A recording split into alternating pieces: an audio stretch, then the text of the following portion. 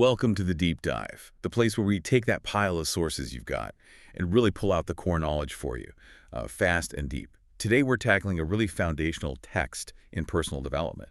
It's Joseph Murphy's The Power of Your Subconscious Mind. A huge one, still relevant. Absolutely. Published Yeah. way back in '63, but it sold millions, translated everywhere.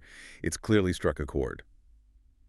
Our mission today, let's unpack this central idea that there's this hidden intelligence, right? This subconscious force inside you.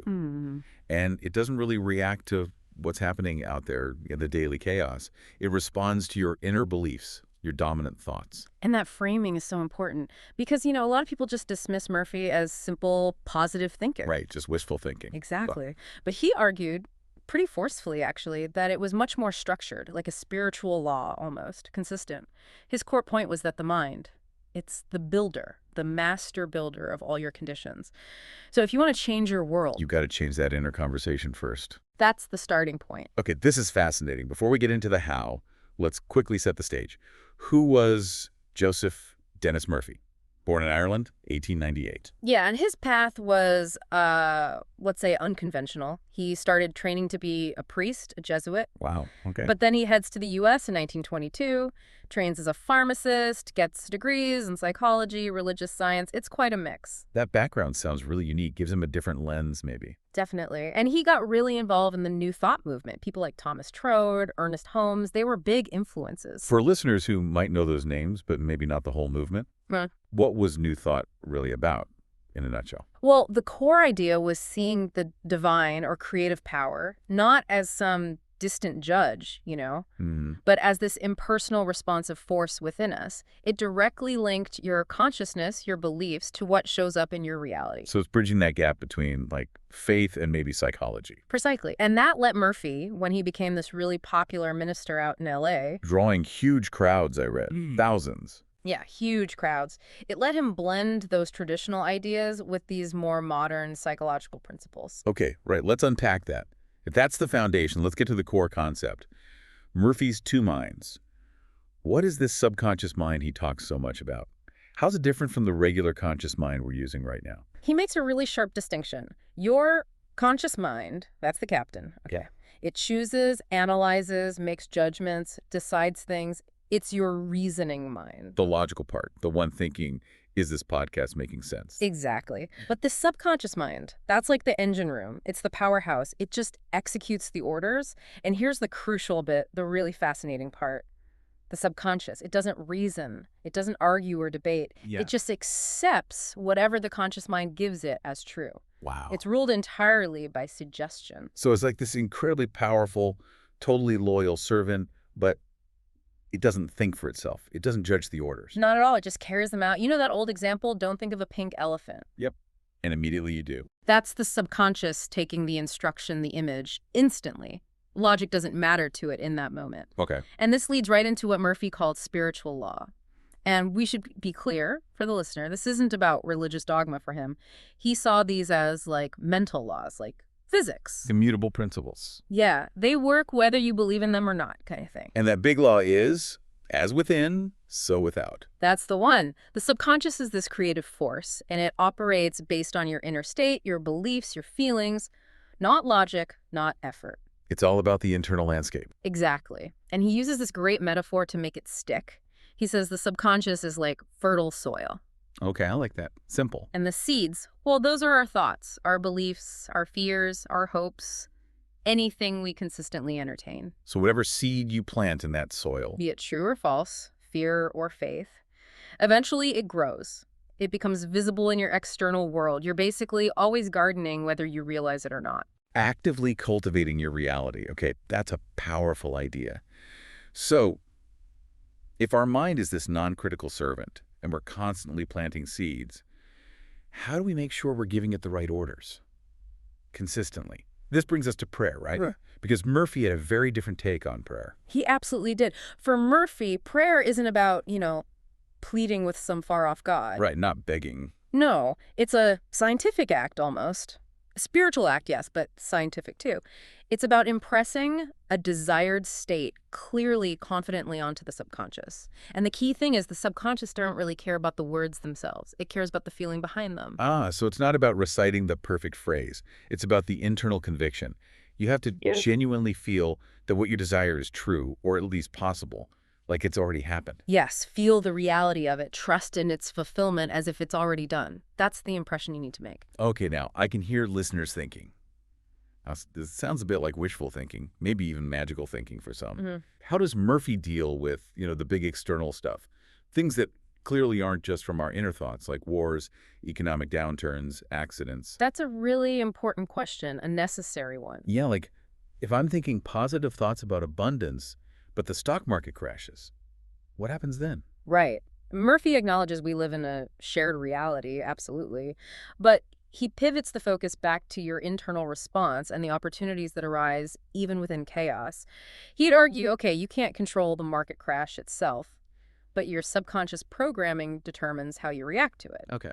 If your dominant belief is scarcity, failure, victimhood, the subconscious will actually help orchestrate circumstances, mischances, bad decisions that confirm that inner reality within the crash. It finds evidence for your belief. Exactly.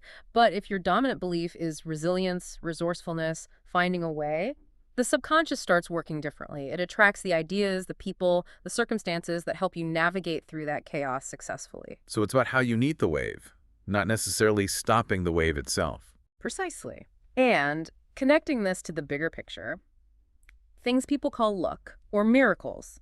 Murphy says, no, that's just the natural result of the subconscious responding to properly directed, consistent thought and feeling. Believe it deeply enough, feel it truly enough, and the subconscious figures out the how.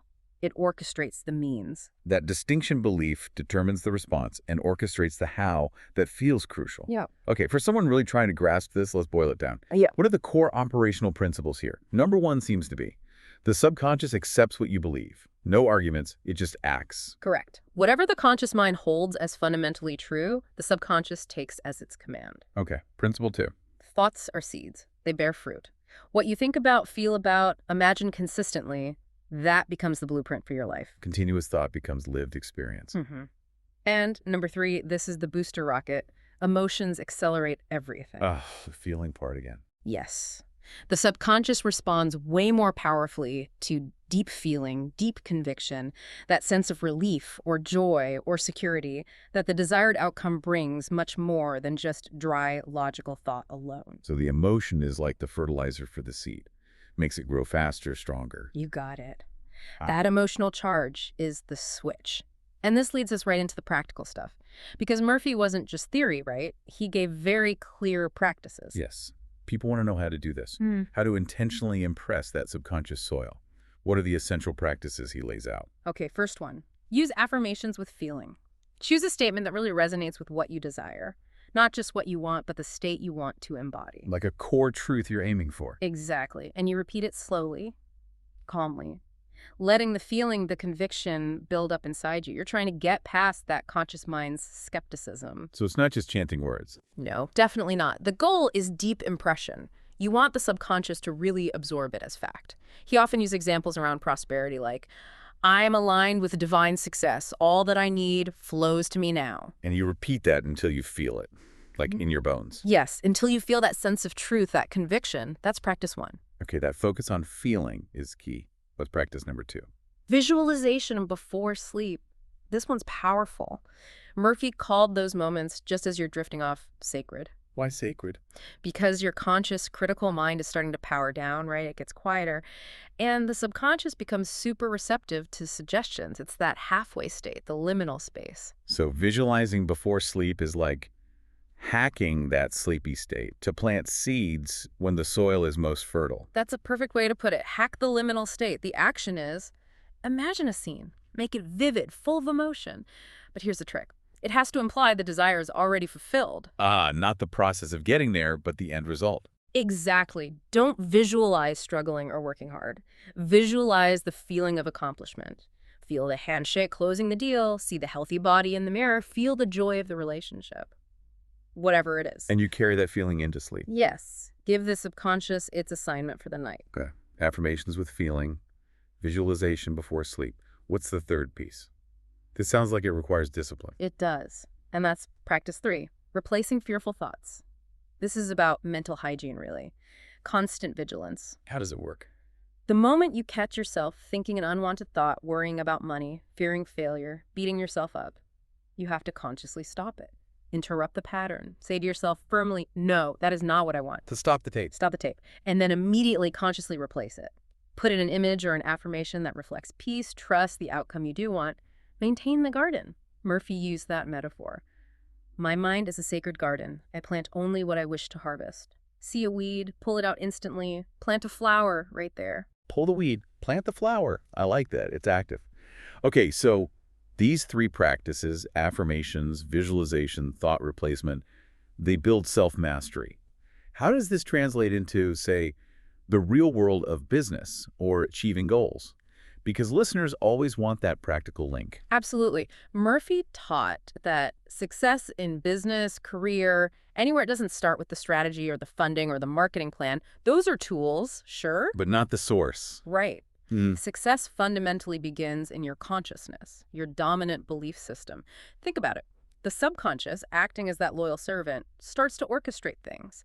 It brings the right circumstances, attracts the right people, sparks the needed ideas, draws the resources, all matching your dominant belief. So it lines things up on the outside based on what's happening inside. Exactly. He talked about like a sales manager who stopped obsessing over hitting the quota number.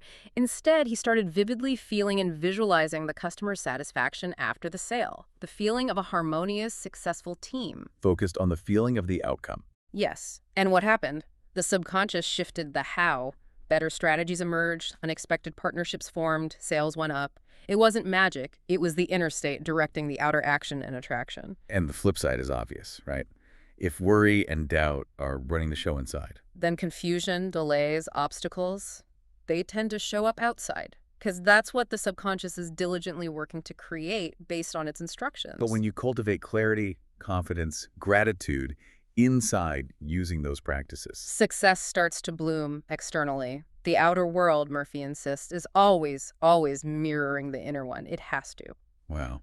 Okay, so wrapping up this deep dive into the power of your subconscious mind, the core message feels incredibly empowering, actually. It really is. Murphy basically hands us the chisel and says, you are the sculptor of your experience. You're never just a victim of circumstance, never just subject to fate.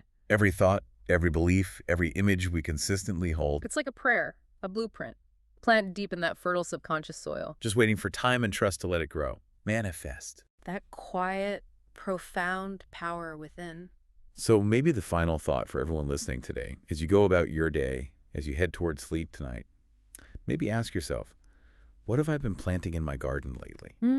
Good question. And if you look around at your life, at the results, and you don't quite like what's growing, well, the good news is you can start today, right now. Plant something new. Set those new coordinates. Choose a different seed. Choose a different seed. And just watch what happens. It might be subtle at first, but that potential for deep awakening, lasting change, that quiet power, it's there.